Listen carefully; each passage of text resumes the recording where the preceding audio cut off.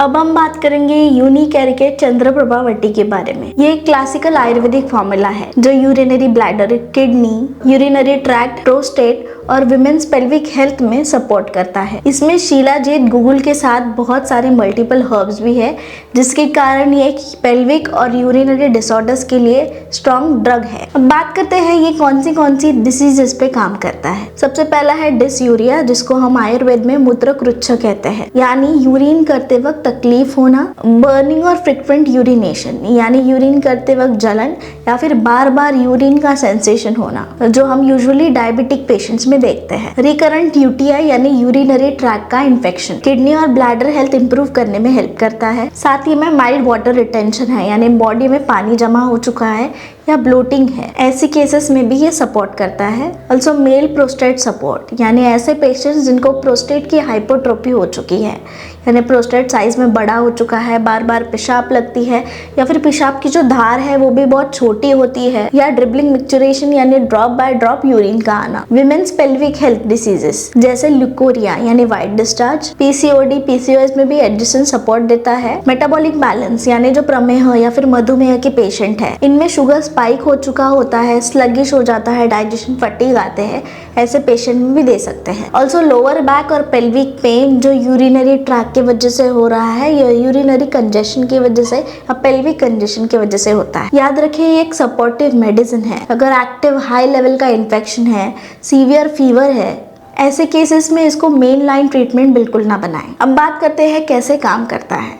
सबसे पहला इसमें शिलाजीत है। शिलाजीत एक बहुत अच्छा रसायन है जिसके कारण ये फटीग यानी जो थकावट है उसको कम करता है, मेटाबॉलिज्म को इम्प्रूव करता है और यूरिनरी फंक्शन को भी सपोर्ट करता है। दूसरा है गुगुल, जो बहुत अच्छा एंटी इन्फ्लेमेटरी है, साथ ही डिटॉक्स करने में भी हेल्प करता है। गोक्षूर जो डायूरेटिक है यानी मूत्रल है, जो हमारे बॉडी से एक्सेस पानी या वाटर रिटेंशन को कम करने में हेल्प करता है। त्रिफला जो हमारे गट को डिटॉक्स करके मेटाबॉलिज्म को इम्प्रूव करने में हेल्प करता है। त्रिकटु जो डाइजेशन को इम्प्रूव करके वाटर रिटेंशन को कम करता है। गुडुचि और दारूहरिद्रा ये एंटी इन्फ्लेमेटरी है, एंटी माइक्रोबियल है, साथ ही में इम्यूनो मॉड्यूलेटिंग भी है, जिसके कारण जो फ्रीक्वेंट यूटीआईज या इन्फेक्शंस होते हैं वो कम हो जाते हैं। मुस्ता, चित्रक, वचा, विडंग ये दीपन पाचन करते हैं। एला, दालचीनी और तेजपत्र ये एंटी स्पाज्मोटिक है, जो हमारे पेन को कम करके माइक्रो सर्कुलेशन को बढ़ाते हैं। अब बात करते हैं इसको किन लोगों में देना चाहिए।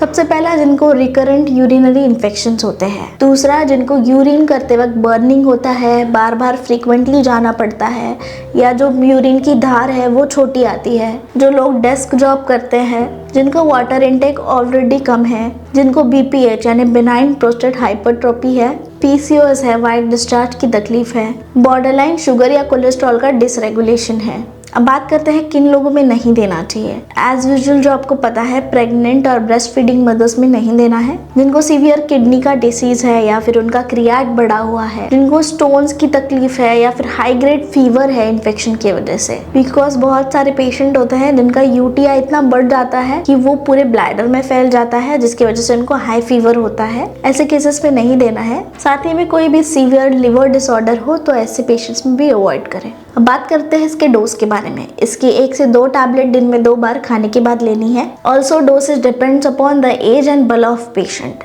अगर पेशेंट का एज और बल दोनों कम है तो आपको उसको 2 के बजाय 1 टैबलेट देनी है।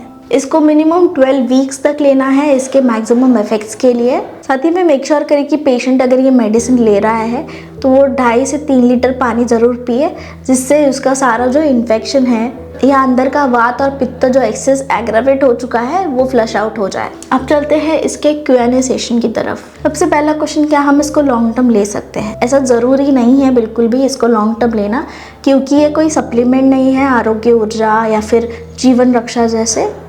ये एक आयुर्वेदिक क्लासिकल मेडिसिन है, इसीलिए इसको लॉन्ग टर्म 2-3 महीने तक देना बिल्कुल अवॉइड करें। अगर आपको लग रहा है कि पेशेंट को रिलीफ मिल रहा है, सिम्टम्स कम हो चुके हैं, तो इसका डोज टेपर करें या फिर नेक्स्ट फॉलोअप में डॉक्टर से एडवाइस ज़रूर लें। दूसरा क्वेश्चन, अगर यूटीआई है या कोई इन्फेक्शन है तो हम इसको एंटीबायोटिक के साथ दे सकते हैं या नहीं?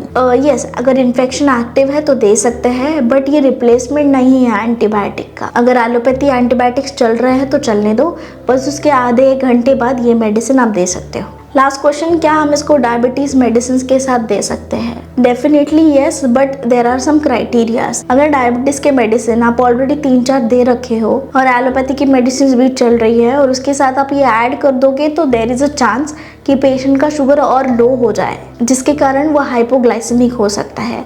तो प्लीज़ अगर ये देना है तो सोच और समझ के दीजिए। तो ये रहा चंद्रप्रभा वट्टी के बारे में कुछ जनरल इन्फॉर्मेशन। इसके अलावा अगर आपको और भी क्वेरी है तो आप डॉक्टर्स टीम से ज़रूर कॉन्टैक्ट